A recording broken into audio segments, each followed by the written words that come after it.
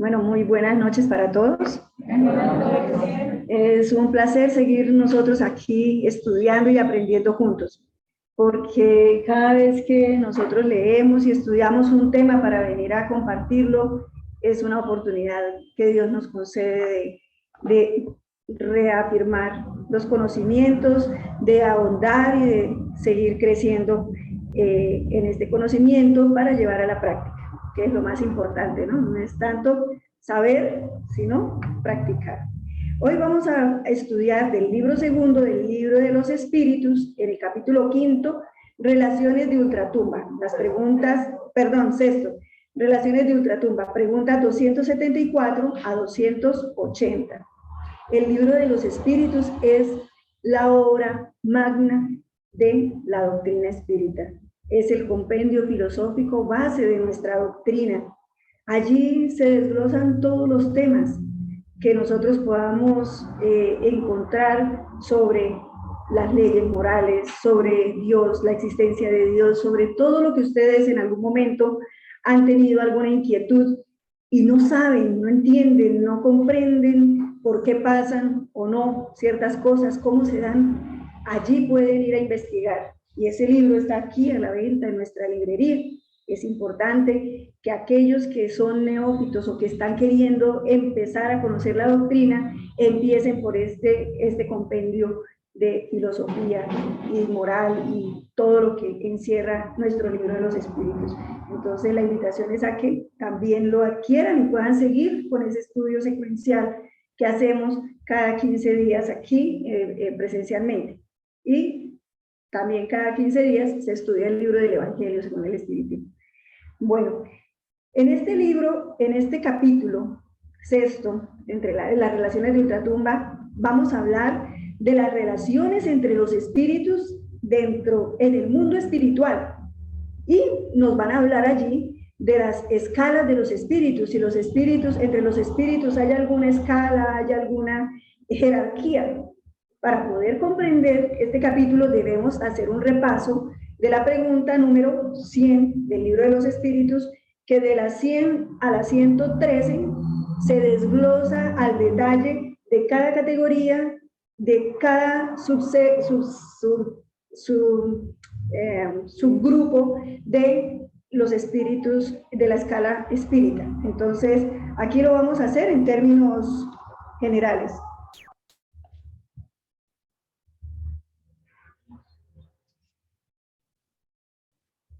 Entonces, los espíritus del primer orden son la clase de los espíritus puros. Ellos son los que están en la parte más alta de la jerarquía espiritual. Ellos son los que ya alcanzaron la perfección. No tienen influencia de la materia sobre el espíritu, sino por el contrario, son espíritus que ya no se dejan dominar por nada de lo que tiene que ver con la materia. Ellos ya transitaron por todo el proceso de la escala evolutiva a nivel espiritual y ya allí están como espíritus puros y están a las órdenes de Dios para asistir, auxiliar y ayudar en la creación, en los diferentes mundos. Jesús es uno de esos espíritus puros y por eso Él es el regente de nuestro planeta y de nuestro sistema solar. Ese es un ejemplo de un espíritu puro que nosotros aquí conocemos porque Él vino aquí a la tierra. En el segundo orden se encuentran aquellos espíritus que tienen todavía predominio del espíritu sobre la materia, pero aquellos en los que predomina el deseo del bien, o sea, aquí ya son más espiritualizados, ya ellos entienden más del amor, de la caridad, del bien, y por eso están subdivididos en benevolentes, sabios, espíritus de sabiduría y espíritus superiores. Estos espíritus también tienen conocimiento de la ciencia, conocimiento del bien, de la práctica de la caridad. En este grupo de espíritus ya están más cerca, de acuerdo al estado en el que se encuentren, más cerca de llegar a esa perfección de que es posible alcanzar nosotros como espíritus. Y en el tercer orden están los espíritus imperfectos, que son aquellos en que predomina la ignorancia, el deseo del mal y todas las demás pasiones que retardan nuestro progreso.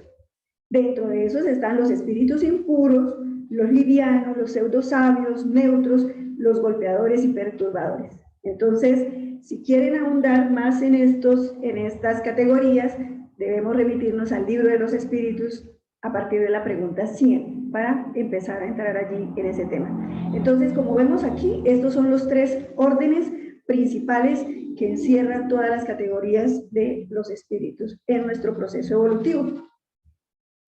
En la pregunta 274, Allan Kardec le pregunta a los espíritus guías de la humanidad: los espíritus de los diferentes órdenes establecen entre sí una jerarquía de poderes, ¿hay entre ellos subordinación y autoridad?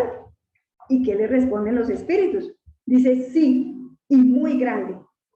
Los espíritus ejercen unos sobre otros una autoridad que está en relación con su grado de superioridad, y lo hacen por medio de una ascendiente moral irresistible.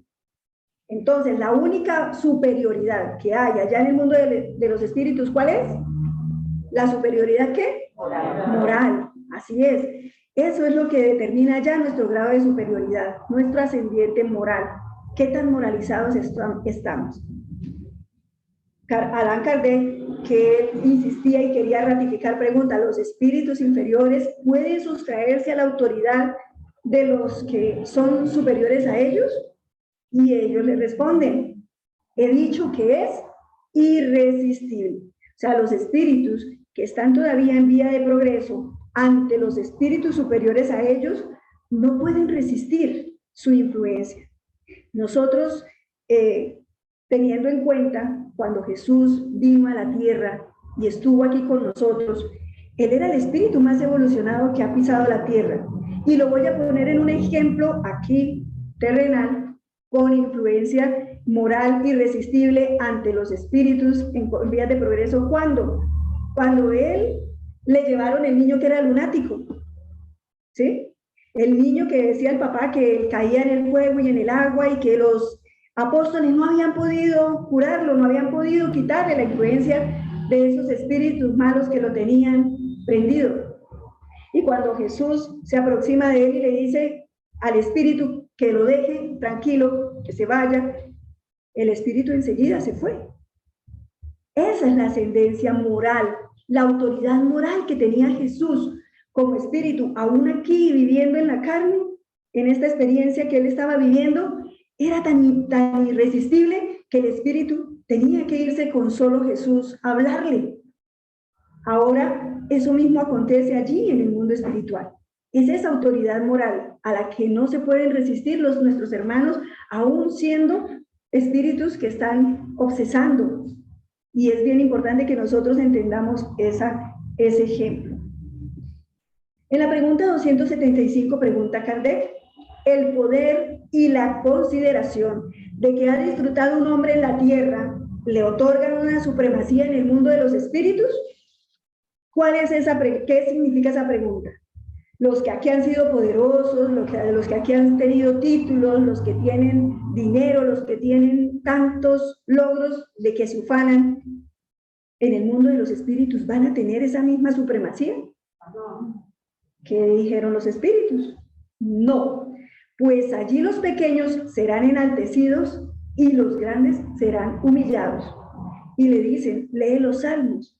Y en los salmos yo traté de buscar los salmos, y hay unos salmos allí, el 138, el 113, que hablan de que los que se humillan serán ensalzados y los que se ensalzan serán humillados, y que Dios va a tener en cuenta aquellos que son humildes. Eso fue lo que encontré allí en los salmos, donde hace referencia a esos cánticos a Dios, de cómo Él tiene en cuenta la humildad de las personas, ¿sí? Esa capacidad de disminuir su ego y ser humildes. En la pregunta 275 a los espíritus, Allan Kardec le pregunta a los espíritus: ¿cómo debe? Ay, Dios, aquí la tengo, por aquí porque no me trae. ¿Cómo debemos entender ese enaltecimiento y esa humillación? ¿Cómo debemos entender ese enaltecimiento y esa humillación?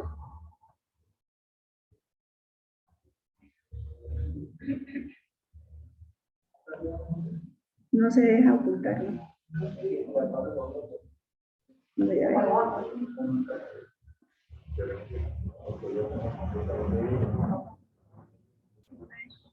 Bueno, en fin, ¿cómo debemos entender ese enaltecimiento y esa humillación? Entonces, los espíritus, los espíritus le contestan a Allan Kardec.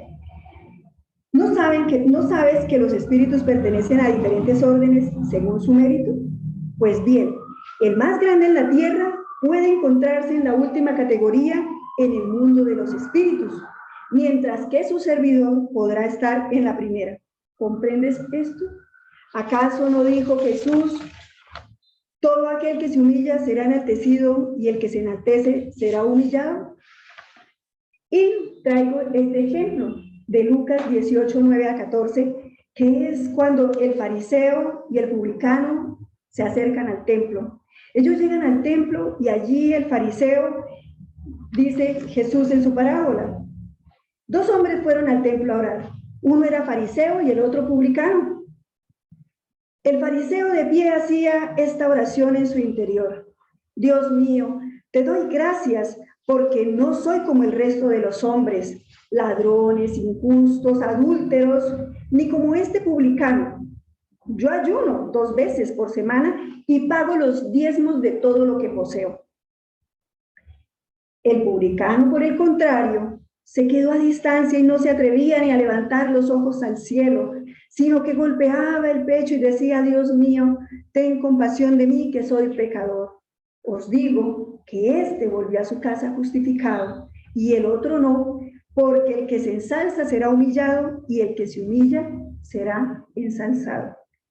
En este ejemplo que Jesús pone del fariseo y el publicano, nosotros observamos allí cómo el fariseo, que era doctor de la ley, ¿qué pasaba con él? Se creía que como era doctor de la ley, tenía todos los méritos, tenía todo lo que se necesitaba. ¿Para qué? Para ser salvo, según él. El orgullo lo dominaba. Entonces, solamente veía sus ventajas. Doy el diezmo, no soy ladrón, no esto. Y se comparaba ¿con quién? Con aquel que él consideraba que era su inferior, que era el publicano.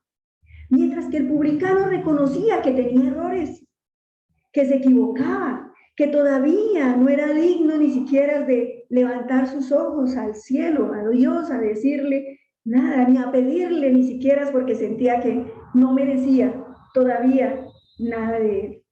Ese es un ejemplo que Jesús pone para que nosotros nos demos cuenta de que debemos ser humildes, que todo trabajo que nosotros hagamos, todo conocimiento que nosotros poseamos, toda cosa material que nosotros poseamos, no es garantía de que nosotros vamos a llegar allí al mundo espiritual en una condición buena. Porque lo que nos hace diferentes allí en ese otro lado de la vida es el servicio y el bien que hagamos y nuestra transformación moral. Que tanto nosotros hemos trabajado en ese orgullo, en ese egoísmo, en esa vanidad, en todos esos malas pasiones que todavía nos alejan de Dios. Por eso es bien importante que lo tengamos en cuenta, que nosotros, si Jesús dice que nosotros, si nos ensalzamos, seremos humillados, cada vez que queramos hacer alarde de nuestras riquezas materiales, intelectuales o demás, pensemos bien en que no, eso no es garantía de que vamos a estar bien allí en el otro lado de la vida.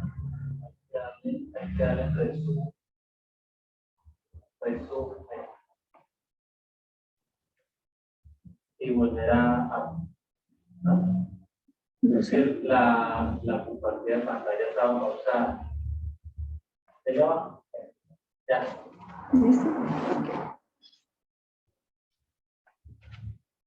En la pregunta 276, el maestro Allan Kardec pregunta a los días de la humanidad: el que ha sido en la tierra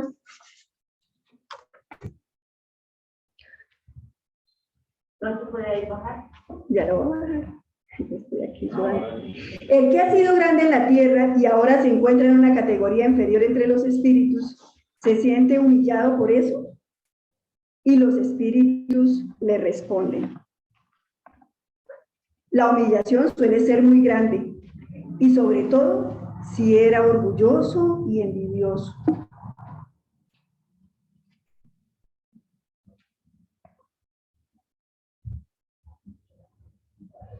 Y sobre todo si era orgulloso y envidioso. Entonces, aquí nos ratifica que esa humillación puede ser muy grande en el mundo espiritual, sobre todo si somos orgullosos, si somos envidiosos y si nos jactamos de esas malas pasiones que tenemos.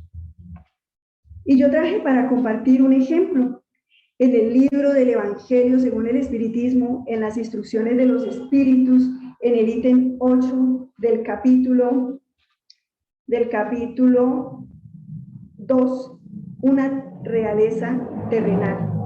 Y allí el maestro, allí el espíritu de una mujer que fue reina de Francia, nos cuenta su historia cuando llegó al mundo de los espíritus y nos dice: ¿quién mejor que yo puede comprender la verdad de estas palabras de nuestro Señor? Mi reino no es de este mundo. En la tierra, el orgullo me perdió. Así pues, ¿quién mejor que yo comprendería la insignificancia de los reinos del mundo? ¿Qué me ha traído de mi realeza terrenal? Nada, absolutamente nada. Reina entre los hombres, como reina creí entrar en el reino de los cielos. Qué desilusión, qué humillación cuando, en vez de ser recibida aquí como una soberana, encontré por encima de mí y por encima, y muy por encima, hombres a quienes consideraba inferiores y a los que despreciaba porque no eran de sangre noble.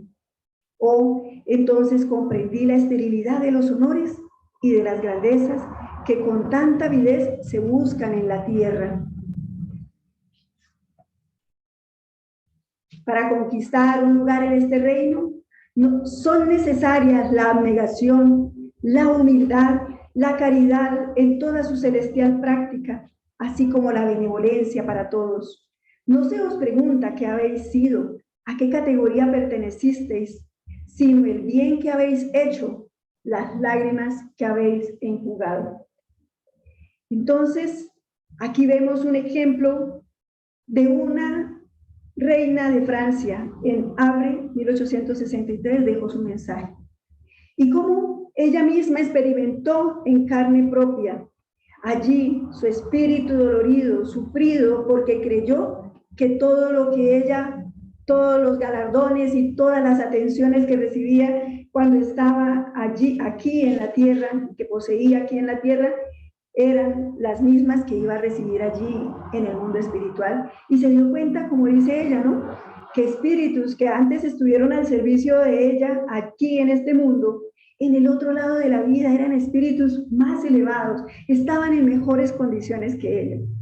Por lo tanto, queridos hermanos, nos ratifica este estudio que nosotros no tenemos que contar con esas riquezas terrenales, pasajeras, fútiles, sino que por el contrario, la abnegación. ¿Qué es la abnegación?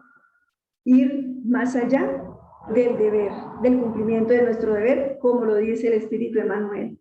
La humildad, que es la enseñanza por excelencia de Jesús, que no se cansó de pregonar la humildad.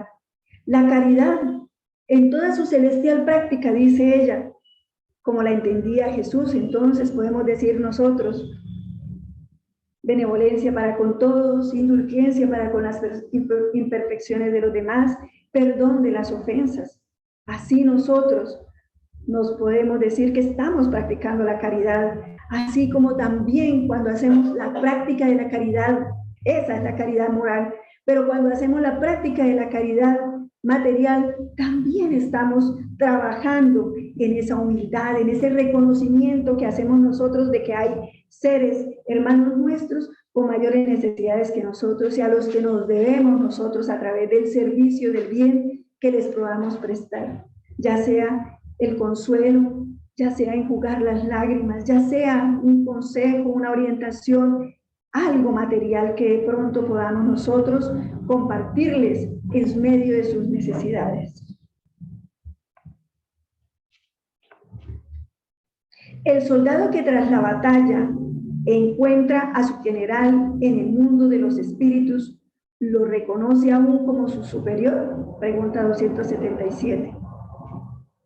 ¿Ustedes qué dicen? Efectivamente, el título no significa nada. La superioridad real lo es todo. Allá, ni siquiera vamos a poder tener influencia sobre aquellos que fueron, de alguna manera, en esta existencia, nuestros subordinados, quienes de pronto estuvimos al mando de algún grupo de personas. Allí en el otro lado de la vida no hay ningún tipo de jerarquía en ese sentido. Debemos entender que la superioridad real, que es la superioridad moral, lo es todo. En la pregunta 278 dice que los espíritus de los diferentes órdenes están mezclados los unos con los otros. ¿Qué dicen los espíritus? Los espíritus dicen que sí y no. Es decir, se ven, pero se distinguen unos de otros. En estas imágenes vemos y observamos una imagen de la película de Nuestro Hogar aquí, a la izquierda mía, de mi mano izquierda, donde un espíritu más elevado llega allí a la colonia de Nuestro Hogar a dirigir los trabajos y a orientar los trabajos que se iban a realizar por la Segunda Guerra Mundial, todos los que iban a salir de aquí de escena y iban a ser recibidos allí. Entonces estaban este espíritu superior orientando a estos espíritus que trabajan como trabajadores de Nuestro Hogar. Y en esta otra imagen vemos espíritus, unos diferenciados de otros. Están espíritus que están en una condición de sufrientes y otros espíritus que se ven con una luz, como iluminados allí, que están asistiendo. Entonces, se ven, pero se distinguen unos de otros. Y dice, se evitan o se aproximan conforme a la analogía o la antipatía de sus sentimientos, tal como sucede entre vosotros. ¿Qué nos une entonces? La simpatía o nos aleja la antipatía. ¿Qué quiere decir? Que no hay concordancia de sentimientos ni de identidad, de afinidad de identidad en lo que queremos hacer. Y como no hay identidad en lo que queremos hacer, pues nos alejamos de ello. Los de la misma categoría se reúnen por una especie de afinidad y forman grupos o familias de espíritus unidos por la simpatía y por el objetivo que se proponen. Los buenos por el deseo de hacer el bien y los malos por el de hacer el mal o por la vergüenza de sus faltas y la necesidad de encontrarse entre seres semejantes a ellos. Por eso cuando desencarnamos, nosotros nos unimos al lugar y al sitio donde nosotros somos más afines. ¿De acuerdo a qué? A nuestro estado de evolución, a nuestro progreso moral, a nuestro estado evolutivo. Llegamos al mundo espiritual, puede ser a regiones umbralinas, si no actuamos de la manera correcta y si tenemos mucho que depurar, o a regiones como, por ejemplo, allí en Nuestro Hogar, que llegan allí en procesos ya más esclarecidos. ¿Para qué? Para ser trabajadores, para auxiliar y para unirse para el trabajo y el servicio del bien en favor de la humanidad. Entonces, de acuerdo a nuestro progreso moral, de acuerdo a ese trabajo íntimo que hagamos y a esa superación de nuestras inferioridades, vamos a llegar allí y nos vamos a unir. Unos aquí dice por vergüenza de sus faltas. Y nosotros lo veíamos en la película de André Luis. Los que no han visto la película de Nuestro Hogar o no han leído el libro La vida en el mundo espiritual, que es Nuestro Hogar, pueden encontrar allí la historia de él cuando él llega al mundo espiritual y él, sin tener mucho conocimiento, no tenía nada de conocimiento, llega a una región de sufrimiento. Entonces, y como poco a poco allí, después de pasar largos años de sufrimiento, es rescatado, según nos cuenta él mismo, y llevado a esta colonia espiritual. ¿Para qué? Para un proceso de aprendizaje, de depuración. Aquí nos dice la siguiente pregunta: ¿pueden todos los espíritus acercarse recíprocamente? ¿Y qué dicen los espíritus guías de la humanidad? Dicen: los buenos van a todas partes. Es necesario que así sea para que puedan ejercer su influencia sobre los malos. En cambio, las regiones en que habitan los buenos están vedadas a los espíritus imperfectos, a fin de que estos no puedan introducir en ellas la perturbación de las pasiones malas. Vemos aquí, esta es una escena también de la película de Nuestro Hogar, cómo los espíritus llegan allí a esas regiones umbralinas cuando ya el espíritu arrepentido busca la ayuda, pide a Dios una oportunidad, pide la asistencia. Esos buenos espíritus llegan allí a buscarlos, a rescatarlos, a llevarlos a las colonias espirituales, a los hospitales que hay en el mundo espiritual, donde les brindan el auxilio, los ayudan a recuperarse, a tomar conciencia de su nuevo estado, a hacer un análisis de lo que pasó, de por qué estuvieron en estas regiones de sufrimiento, y allí empiezan un nuevo proceso de cambio, de retomar el deseo del bien y de encontrar la forma de trabajar. ¿Para qué? Para que Dios les conceda o nos conceda una nueva experiencia en la carne para seguir depurando, para seguir evolucionando. Es así que los buenos entonces están en todas partes, pero los malos, dice aquí que no, los imperfectos no pueden llegar a donde están aquellos que están haciendo el bien, donde están los buenos espíritus, a estas esferas superiores, no pueden llegar. André Luis tiene una experiencia de una vez que estaban ellos haciendo una inspección y vieron a una mujer que pedía que por favor la dejaran entrar allí a la colonia porque estaba muy necesitada, muy arrepentida, que ella quería que le dieran una oportunidad. Y André Luis le dice a su guía que estaba allí orientándolo que por qué no la dejan entrar. Yo la veo que está arrepentida, que está muy triste, que está solicitando la ayuda. Tú no la has visto bien, obsérvala. Y cuando él se detalla a nivel periespiritual, él empezó a observar unas manchas a nivel de su periespíritu, del periespíritu de la mujer que estaba allí, esperando la oportunidad para pasar a que la dejaran llegar a nuestro hogar. Y él le dice: bueno, ¿y qué son esas manchas? Observé que tiene unas manchas. ¿Qué son esas manchas? Y él le dice: son abortos que ella se practicó y ayudó a practicar. Es una abortista. Y si observas bien, ella no tiene un arrepentimiento sincero. Ella todavía no ha tomado conciencia del mal que ocasionó y que se ocasionó y el daño que causó. Ella está fingiendo, pero todavía no está lista. Ahí es cuando él observa y se da cuenta que efectivamente no había un arrepentimiento sincero de este espíritu, de esta mujer, para ser auxiliado. Todavía no era su momento, todavía no tenía la posibilidad de continuar en ese proceso. ¿Por qué? Porque estaba todavía con su corazón, con su alma permeable, todavía a un sincero arrepentimiento. Estaba fingiendo, así es. ¿De qué naturaleza son las relaciones entre los espíritus buenos y los espíritus malos? Pregunta Kardec en la pregunta 280. Y los espíritus le dicen: los buenos tratan de combatir las malas inclinaciones de los otros a fin de ayudarlos a ascender. Se trata de una misión. Entonces, todos nosotros tenemos un ¿qué?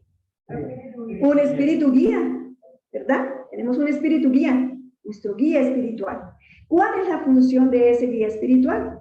Ese guía espiritual es un espíritu que tiene un grado evolutivo mayor que el de nosotros. No es un espíritu superior, pero tiene un grado de evolución mayor al nuestro. ¿Y cuál es su función? Intuirnos, asistirnos, inspirarnos al bien. Obviamente, nosotros tenemos un libre albedrío y siempre ellos van a respetar nuestro libre albedrío.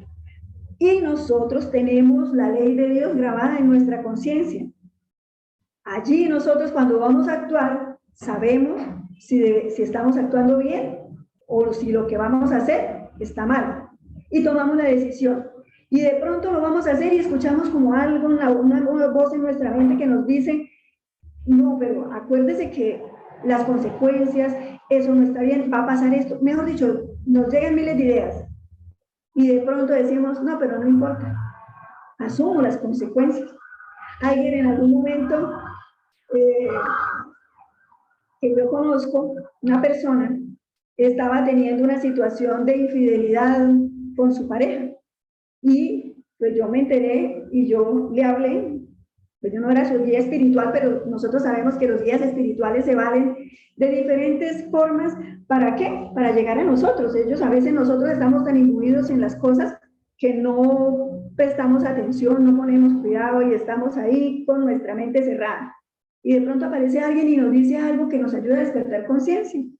Y de pronto nos hace caer en cuenta de que nos estamos equivocando y rectificamos. Pero le hablé de las consecuencias, de la situación, de que lo correcto, de que no sé qué.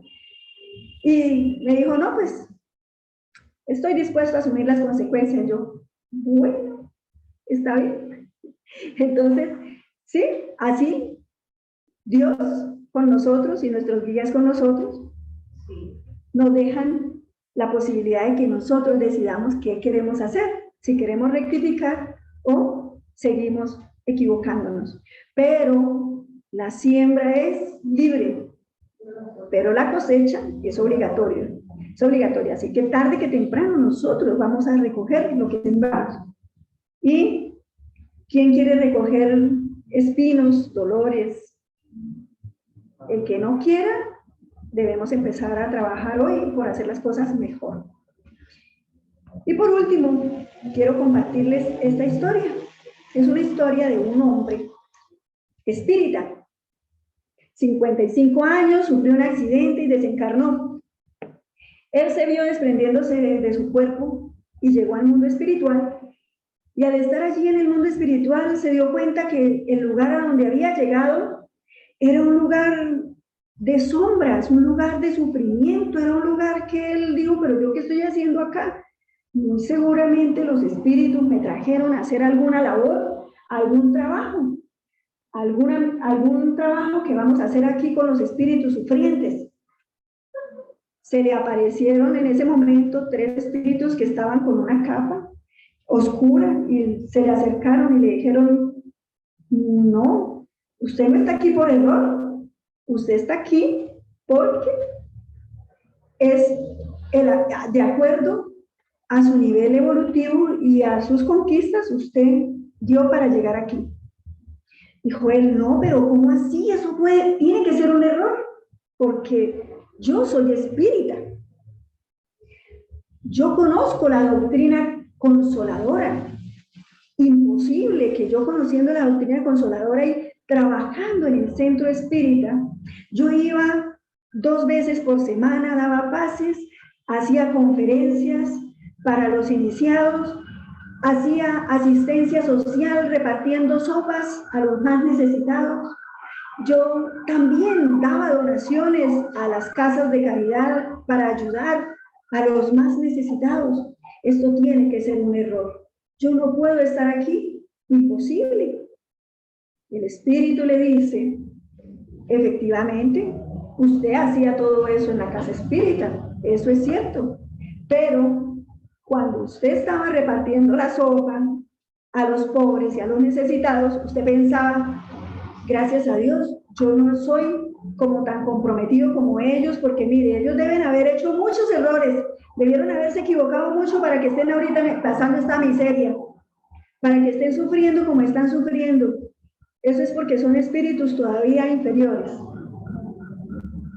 Cuando usted estaba allí dando donaciones a las casas de ayuda, usted pensaba que eso servía como para que cuando usted desencarnara tuviera méritos por haber ayudado a las casas de caridad. Usted nunca lo hizo sin esperar nada a cambio. Usted siempre esperaba que alguna cosa, de alguna manera, se le iba a retribuir eso en un beneficio para usted. Él consternado pensaba, decía, Dios mío. Le dijeron también, bueno, y cuando usted hacía las conferencias para los iniciados, usted pensaba que usted ya era un doctor de la doctrina, porque eso sabía la doctrina, el derecho y al revés, que la sabiduría suya, su inteligencia y todo eso era, mejor dicho, lo último. Y pensaba que ellos eran más bien como ignorantes porque no entendían muchas veces las cosas que usted les explicaba. Mi querido amigo, usted no está aquí por error, usted está aquí porque este es el lugar que le corresponde por sus formas de actuar. Él entró en un estado de tristeza profunda, se puso a llorar, no podía creer que se había equivocado tanto y le pidió a Dios perdón con gran arrepentimiento, con un arrepentimiento sincero de su corazón. Empezó a llorar y empezó a arrepentirse y empezó a sentir que se estaba elevando, que de un momento para otro salió como una luz en él y empezó como a elevarse. Cuando él vio que se estaba elevando, miró para abajo y vio a los espíritus sufridores y dijo, ay, bueno, gracias a Dios yo ya superé esto, esos que están más inferiores que yo, les tocó quedarse. Se cayó y otra vez quedó ahí, entre los espíritus sufrientes. Él no podía creer, dijo, Dios mío, otra vez aquí.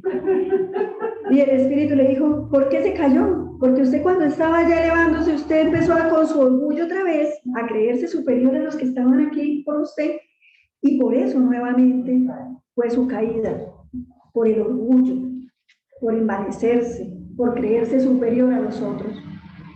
Ahí sí, se puso a llorar realmente, pidió perdón a Dios y dijo, Dios mío, está bien, lo acepto. El tiempo que me toque vivir aquí lo voy a vivir. No me importa, aprenderé, ayudaré a los que están a mi alrededor, trataré de hacer las cosas bien con ellos, haré lo mejor que pueda y trataré de hacer con ellos lo que realmente no hice allí en la tierra cuando estaba entre los vivos y los necesitados. Y lloró profundamente nuevamente pidiéndole a Dios que lo asistiera y que le diera las fuerzas para poder soportar el tiempo que fuera necesario, que él aceptaba el tiempo que Dios dispusiera para él estar allí en ese lugar hasta que realmente aprendiera la lección. Cuando se dio cuenta, abrió sus ojos y se dio cuenta que ya no estaba allí en el lugar. Sin embargo, los espíritus que lo estaban acompañando, uno de ellos se quitó la capa y se le presentó y era un espíritu irradiado de luz. Era el guía espiritual. El guía que le decía, yo estaba allí ayudándote para que tú reflexionaras, para que te dieras cuenta de lo que estabas haciendo y de las consecuencias de lo que habías hecho y de la forma como habías hecho las cosas. Ahora has aprendido la lección, pero recuerda el mensaje de Jesús, que no sepa tu mano izquierda lo que hace tu derecha. Esa es la invitación de hoy, queridos hermanos. No porque seamos espíritas o porque seamos estudiantes de la doctrina, no porque asistamos a las tareas, no porque hagamos parte de los grupos de trabajo de la casa espírita, ya tenemos asegurado nada en el mundo espiritual. Y los espíritus siempre nos asisten y nos ayudan. Nunca vamos a estar solos. Dios nunca nos deja solos, no nos desampara. Pero recordemos que nosotros tenemos ese futuro en nuestras manos. Si lo aplicamos y aplicamos las leyes de Dios en nuestra vida, para el bien, lograremos el objetivo que es nuestra evolución y el servicio de bien a nuestro prójimo para ayudar a los otros también a que evolucionen con nosotros. Muchísimas gracias.